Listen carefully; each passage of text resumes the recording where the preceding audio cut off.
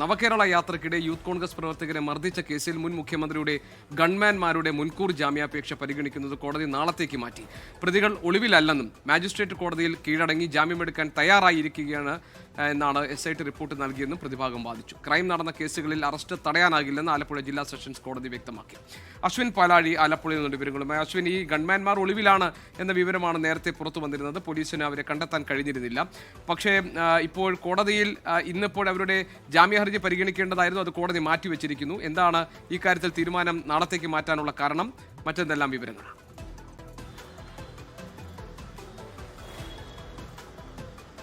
GK, ഇന്ന് വിശദമായ വാദം ഈ കേസിൽ നടന്നിട്ടില്ല. ജാമ്യ ഹർജിയിൽ നടന്നിട്ടില്ല. ജാമ്യ ഹർജി നൽകിയപ്പോൾ തന്നെ നിലവിൽ 2 ജാമ്യ ഹർജികളാണ് ഈ കേസുമായി ബന്ധപ്പെട്ടുള്ളത്. 1ഉം 2ഉം പ്രതികളുടെ ജാമ്യാപേക്ഷ ഒരു ഭാഗത്ത്, മറ്റൊന്നാം 3 മുതൽ 5 വരെ പ്രതികൾ കഴിഞ്ഞ ദിവസം നൽകിയ ജാമ്യാപേക്ഷയാണ്. ഇത് രണ്ടും ഒരുമിച്ച് പരിഗണിക്കണം എന്നുള്ളതായിരുന്നു പ്രതിഭാഗത്തിന്റെ ആവശ്യം. അത് കോടതി അംഗീകരിക്കുകയും ചെയ്തിട്ടുണ്ട്. അത് പരിഗണിക്കവെയാണ് വിശദമായ ഒബ്ജക്ഷൻ, ആക്ഷേപം ഫയൽ ചെയ്യണം എന്ന ആവശ്യം വാദിഭാഗം ഉന്നയിച്ചത്. അത് ഹാജരാക്കാൻ, അത് അപേക്ഷ നൽകാൻ വേണ്ടിയാണ് നാളത്തേക്ക് കേസ് മാറ്റിവെച്ചിരിക്കുന്നത്, ജാമ്യ ഹർജി മാറ്റിവെച്ചിരിക്കുന്നത്. 5 പേരുടെയും ജാമ്യ ഹർജികൾ ഒരുമിച്ച് പരിഗണിക്കാം എന്നുള്ളതാണ് ഇപ്പോൾ കോടതി അറിയിച്ചിരിക്കുന്നത്. ഇതിനിടെ ഈ നോട്ട് ടു അറസ്റ്റ് എന്നൊരാവശ്യമാണ് പ്രതിഭാഗം ആവശ്യപ്പെട്ടിരിക്കുന്നത്. അറസ്റ്റിൽ നിന്ന് ഒഴിവാക്കും, അറസ്റ്റ് തടയണം എന്നുള്ളതായിരുന്നു. പക്ഷേ ഈ ക്രൈം തെളിഞ്ഞിട്ടുള്ള കേസിൽ അറസ്റ്റ് തടയാൻ ജില്ലാ സെഷൻസ് കോടതിക്ക് അധികാരമില്ല, അത് ഹൈക്കോടതിയാണ് തീരുമാനിക്കേണ്ടത് എന്നുള്ളതായിരുന്നു കോടതിയുടെ മറുപടി. എന്തായാലും നാളെ ഇതിൽ വിശദമായ വാദം കേൾക്കും. ഒപ്പം വാദിഭാഗത്തിന്റെ ഒബ്ജക്ഷൻ, വിശദമായ ആക്ഷേപം ഇതിൽ നൽകാനുണ്ട് എന്നുള്ളതാണ് വാദിഭാഗം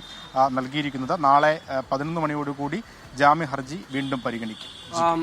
അശ്വിൻ, ഇക്കാര്യത്തിൽ പ്രതികൾ ഒളിവിലാണ് എന്നായിരുന്നല്ലോ നേരത്തെ പറഞ്ഞിരുന്നത്. പക്ഷെ ഒളിവിലല്ല, മജിസ്ട്രേറ്റ് കോടതിയിൽ കീഴടങ്ങി ജാമ്യമെടുക്കാൻ തയ്യാറായിരിക്കുകയാണ്. ഇതൊക്കെയാണ് SIT റിപ്പോർട്ട് നൽകിയെന്നൊക്കെയാണ് പ്രതിഭാഗത്തിന്റെ വാദം, അല്ലേ?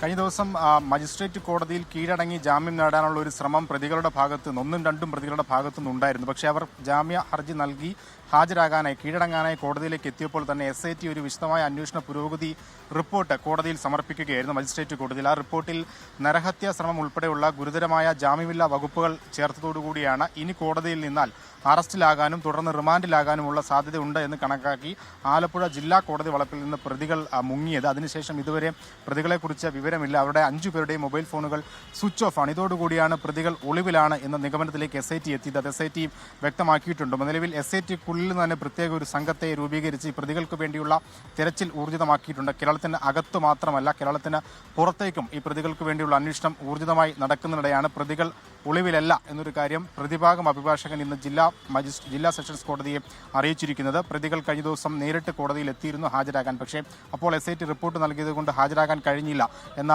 ന്യായീകരണവും കോടതിക്ക് മുന്നിൽ ഇന്ന് പ്രതിഭാഗം ഉന്നയിച്ചിട്ടുണ്ട്. എന്തായാലും നാളെ ഈ കേസുമായി ബന്ധപ്പെട്ട് നിർണായകമാണ്. നിലവിലത്തെ സാഹചര്യത്തിൽ ഈ ജാമ്യമില്ലാ വകുപ്പ് IPC 308 പ്രകാരമാണ് ചുമത്തിയിരിക്കുന്നത്. അത് പ്രകാരം വാറണ്ടില്ലാതെ പ്രതികളെ എപ്പോൾ വേണമെങ്കിലും അറസ്റ്റ് ചെയ്യാനുള്ള അധികാരം SIT അന്വേഷണ സംഘത്തിനുണ്ട്.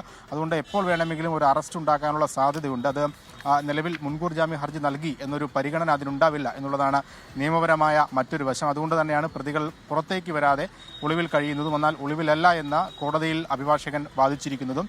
നാളെ എന്തായാലും നിർണായകമായ വിധി പ്രസ്താവനയും ജാമ്യ ഹർജിയിൽ ഉണ്ടാകും. GK.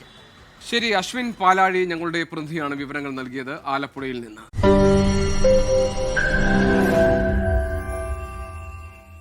ലോകത്തെവിടെയായാലും ഏത് സമയത്തും 24 വാർത്തകളും ഓഗ്മെന്റഡ് റിയാലിറ്റി പാക്കേജുകളും എക്സ്പ്ലെയിനറുകളും വിശദമായി കാണാൻ ഞങ്ങളുടെ YouTube ചാനൽ നിങ്ങൾക്ക് സബ്സ്ക്രൈബ് ചെയ്യാം.